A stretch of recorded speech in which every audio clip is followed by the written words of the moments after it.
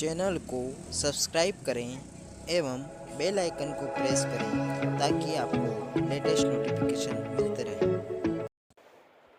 सभी साथियों को नमस्कार। एजुकेशन स्पेशल यूट्यूब चैनल में आप सभी का स्वागत है। साथियों, आज एक लेटेस्ट अपडेट आई है।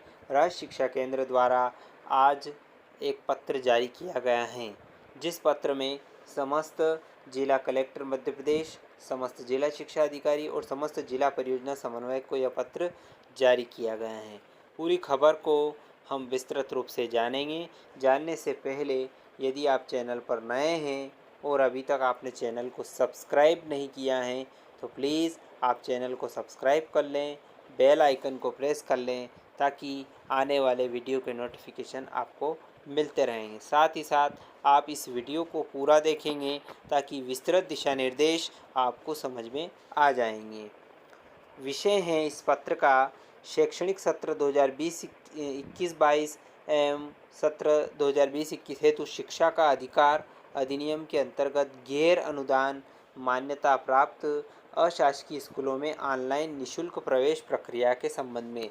यानी कि पूरी प्रवेश प्रक्रिया आ चुकी है और इस पूरी प्रवेश प्रक्रिया को आप अंत तक देखें ताकि आपको समझ में आ जाएगी। राज्य शासन के पत्र का संदर्भ भी दिया गया है इसमें, जो कि 4 मार्च 2020 को जारी किया गया था। जान लेते हैं पूरी खबर क्या है। निःशुल्क एवं अनिवार्य बाल शिक्षा का अधिकार अधिनियम 2009 की धारा 12(1) ग के प्रभावी क्रियान्वयन एवं कमजोर वर्ग एवं वंचित समूह के बच्चों के निःशुल्क प्रवेश की प्रक्रिया को पारदर्शी और आसान बनाने के उद्देश्य से प्रदेश में उक्त प्रवेश की प्रक्रिया में ऑनलाइन आवेदन प्राप्त कर सीटों का आवंटन ऑनलाइन लॉटरी के माध्यम से किया जा रहा है। आवेदक द्वारा उसके ग्राम या वार्ड, पड़ोस तथा विस्तारित पड़ोस के प्राइवेट स्कूल में कक्षावार प्रदर्शित आरक्षित सीटों में निःशुल्क प्रवेश हेतु पोर्टल पर ऑनलाइन आवेदन दर्ज किया जाएगा। इसके पश्चात निर्धारित तिथि एवं निर्धारित सत्यापन केंद्र पर मूल दस्तावेजों से सत्यापन कराया जाएगा।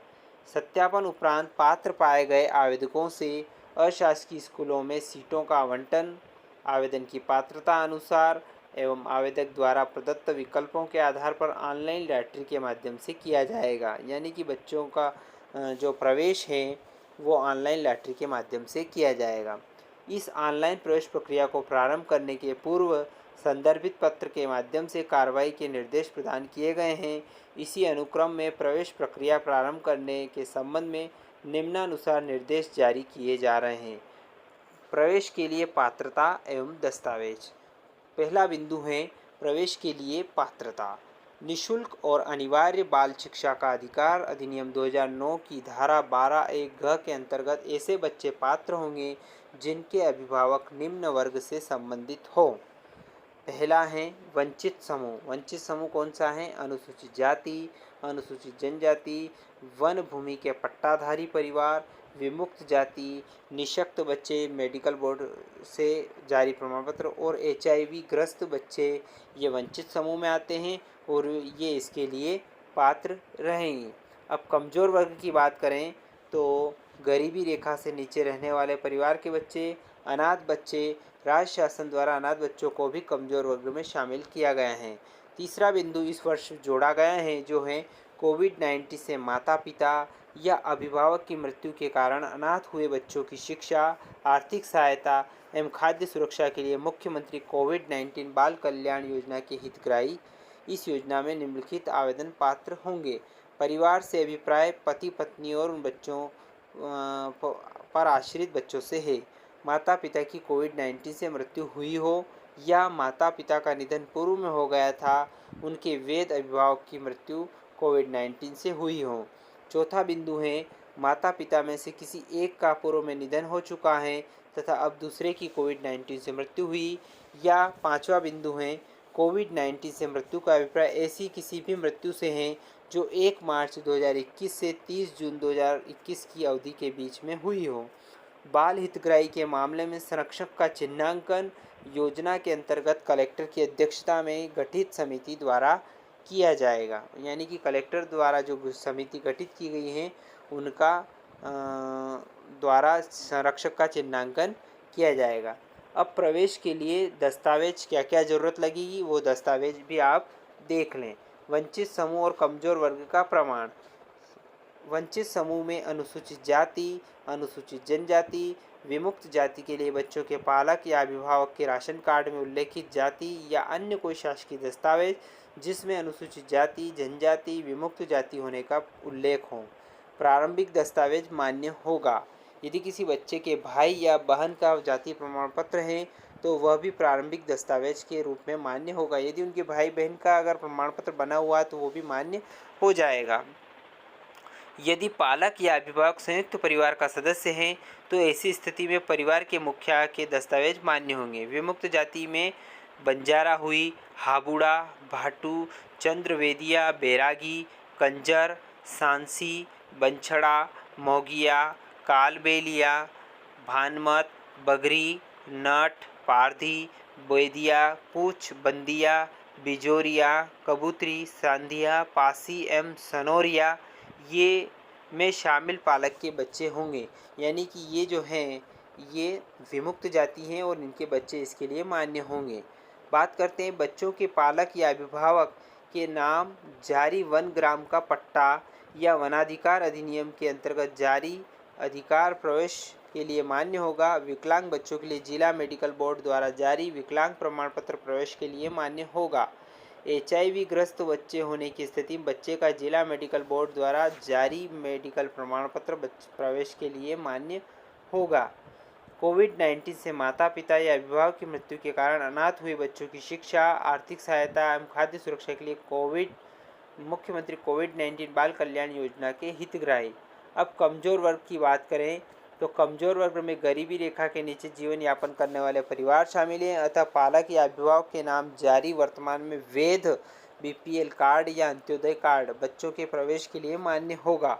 यदि दस्तावेज संयुक्त परिवार के मुखिया के नाम से हैं तो यह दस्तावेज मान्य होगा। यह कार्ड जिस जिले का बना है केवल उसी जिले में प्रवेश आवेदन हेतु मान्य होगा। अब शासन द्वारा अनाथ बच्चों को भी कमज़ोर वर्ग की श्रेणी में मान्य किया गया है। इनके लिए जिला कार्यक्रम अधिकारी महिला बाल विकास द्वारा जारी प्रमाण पत्र इसके लिए मान्य होगा। राज्य शासन द्वारा कोविड-19 से माता पिता या अभिभावक की मृत्यु के कारण अनाथ हुए बच्चों की शिक्षा, आर्थिक सहायता एवं खाद्य सुरक्षा के लिए मुख्यमंत्री कोविड-19 बाल कल्याण योजना के अंतर्गत ऐसे बच्चों को शिक्षा का अधिकार अधिनियम के अंतर्गत शामिल किया गया है।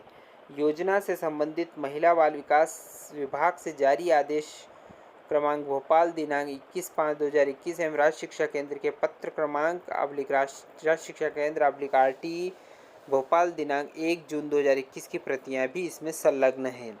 अब इसके बाद बात करते हैं निवास का प्रमाण पत्र। ग्राम अथवा वार्ड अथवा पड़ोस की विस्तारित सीमा का निवासी होने के लिए बच्चों के पालक या अभिभावक निम्नलिखित दस्तावेज मान्य होंगे।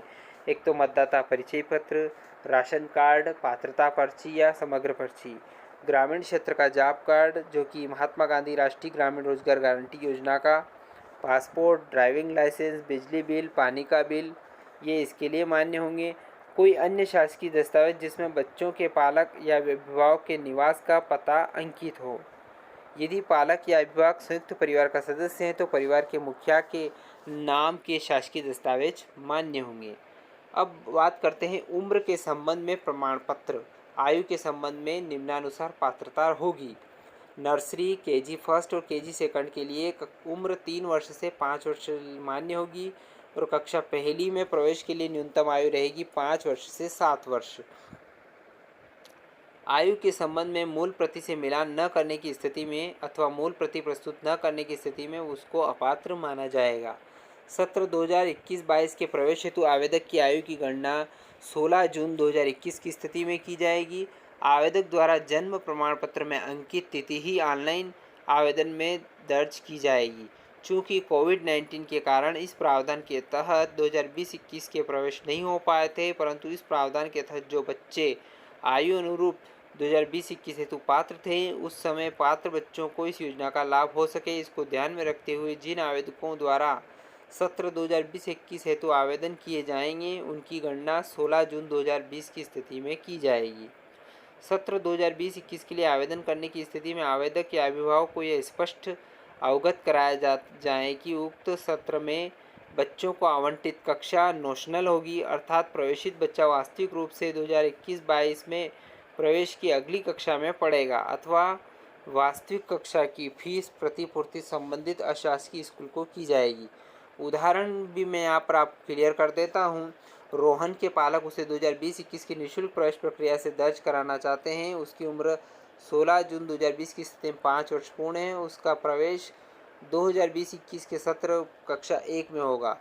यह प्रवेश नोशनल होगा। वास्तविक रूप से कक्षा 1 से उत्तीर्ण मानकर कक्षा 2 में अध्ययन करेगा। सुजाता दूसरा उदाहरण है। सुजाता की उम्र 3 वर्ष पूर्ण है। उसके पश्चात बालक द्वारा उसको 20-21 के कोटे से प्रवेश लेना चाहती हैं, तो नोशनल प्रवेश कक्षा नर्सरी हेतु होगी और वास्तविक रूप से वो केजी फर्स्ट में अध्ययन करेगी। जन्म तिथि के संबंध में पात्र दस्तावेज मान्य होंगे। सक्षम अधिकारी द्वारा जारी प्रमाण पत्र। जहां जन्म, मृत्यु या विवाह रजिस्ट्रीकरण अधिनियम के अधीन जन्म प्रमाण पत्र उपलब्ध न हो, वहां स्कूल में प्रवेश के प्रयोजन के निम्नलिखित दस्तावेज होंगे।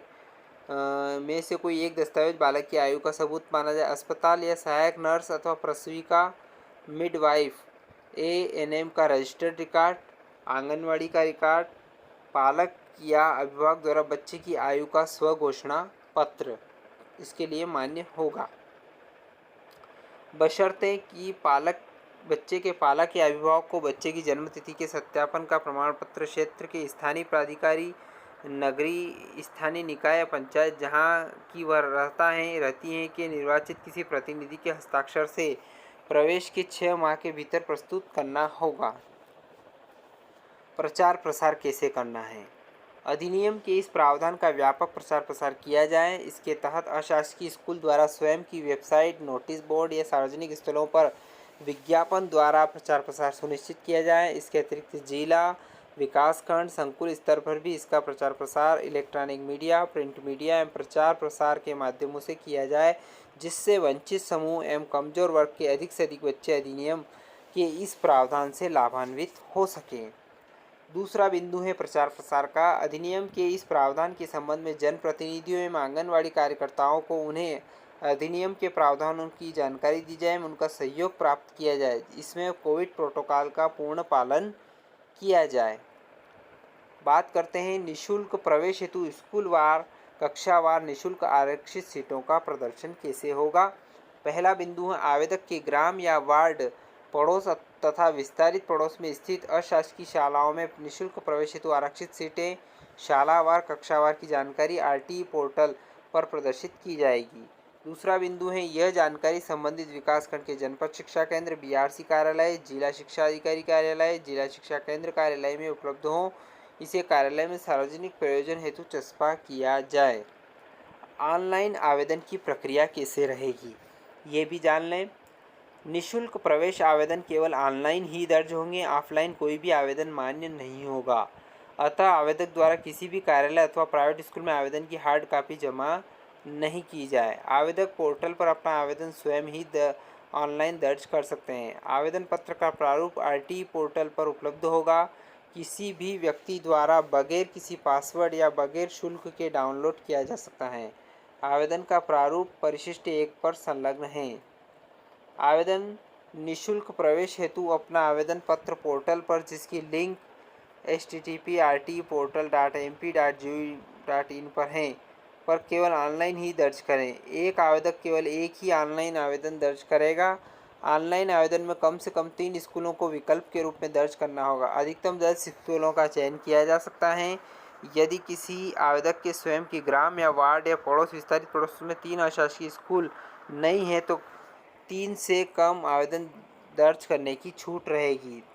तीसरा बिंदु है आवेदक द्वारा आवेदन में स्कूलों के नाम प्राथमिकता क्रम से दर्ज किए जाएं। स्कूलों का चयन करते समय आवेदक अपनी प्राथमिकता को भली भांति सुनिश्चित करने के उपरांत ही अपना आवेदन पोर्टल पर लॉग करें।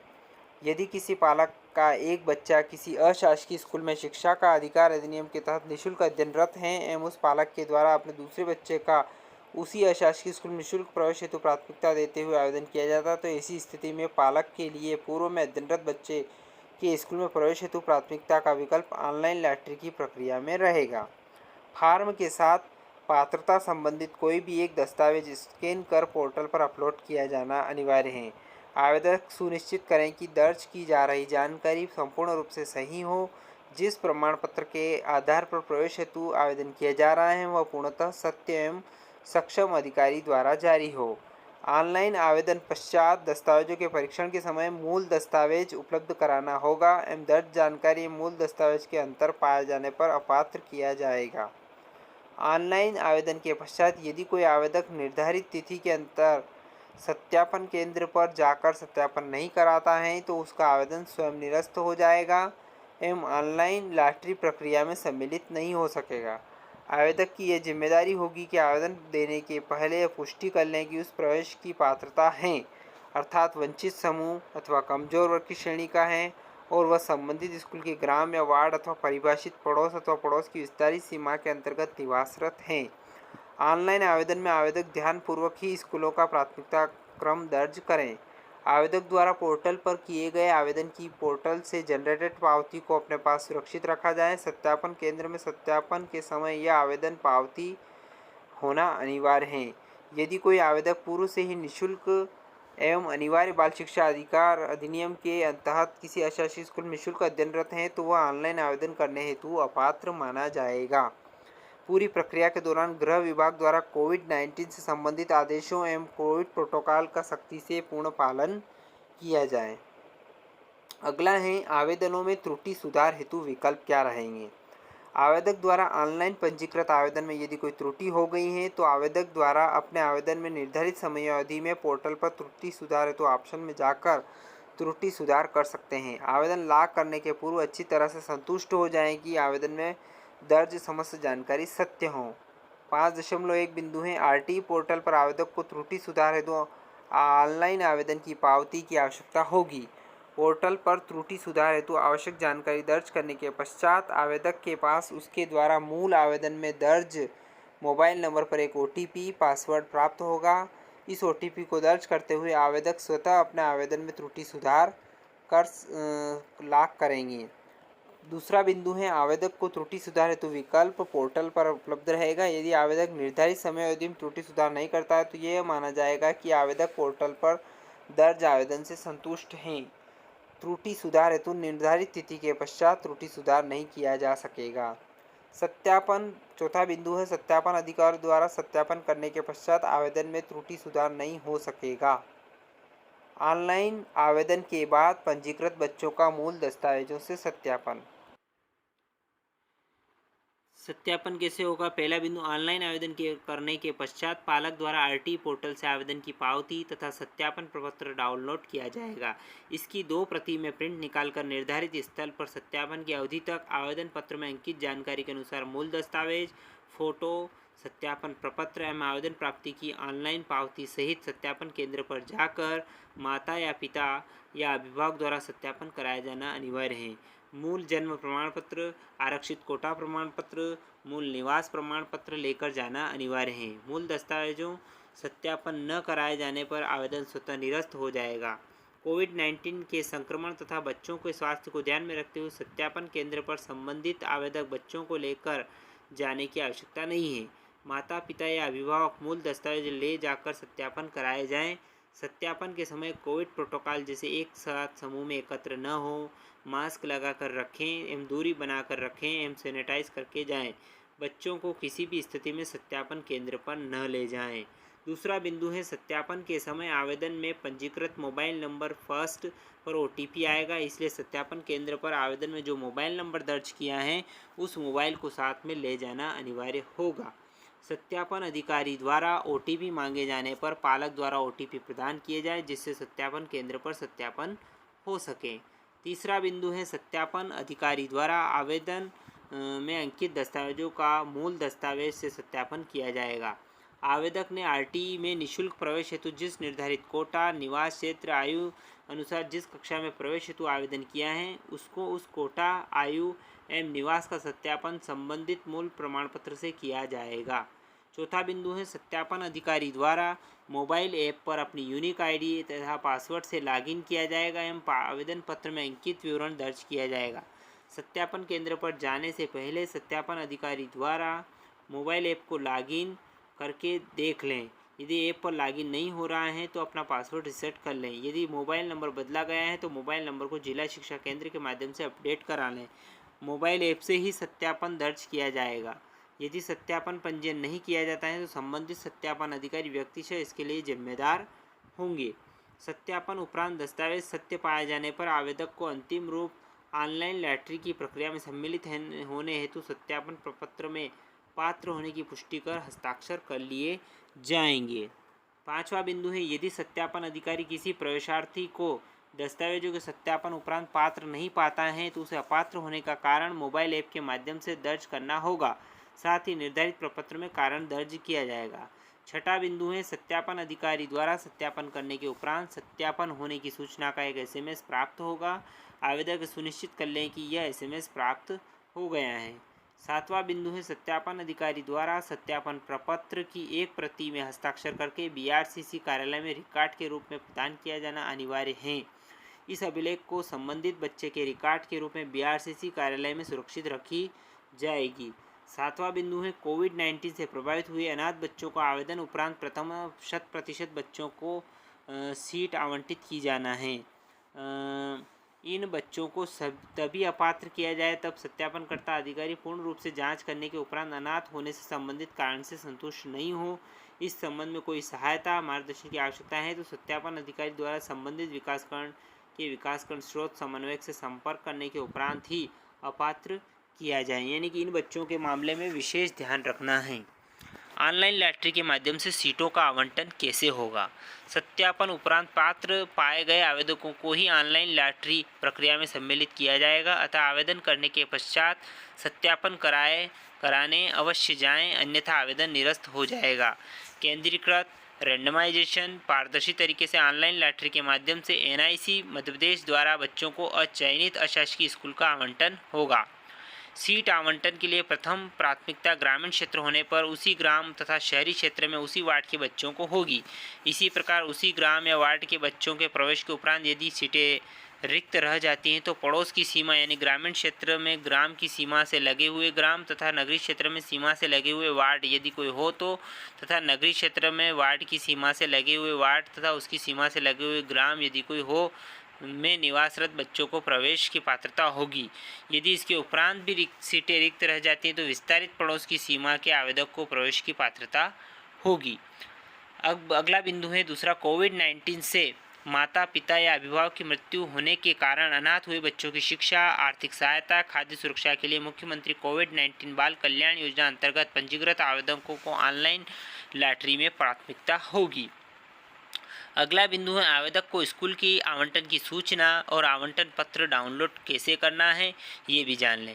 ऑनलाइन लॉटरी प्रक्रिया के उपरांत आवंटित स्कूल की सूचना आवेदक को उसके पंजीकृत मोबाइल नंबर पर SMS के माध्यम से दी जाएगी। आवेदक अपना आवंटन पत्र पोर्टल से स्वयं ही डाउनलोड करेंगे। आवेदकों को स्कूल आवंटन की जानकारी BRCC कार्यालय द्वारा उनके सूचना पटल पर भी उपलब्ध कराई जाएगी।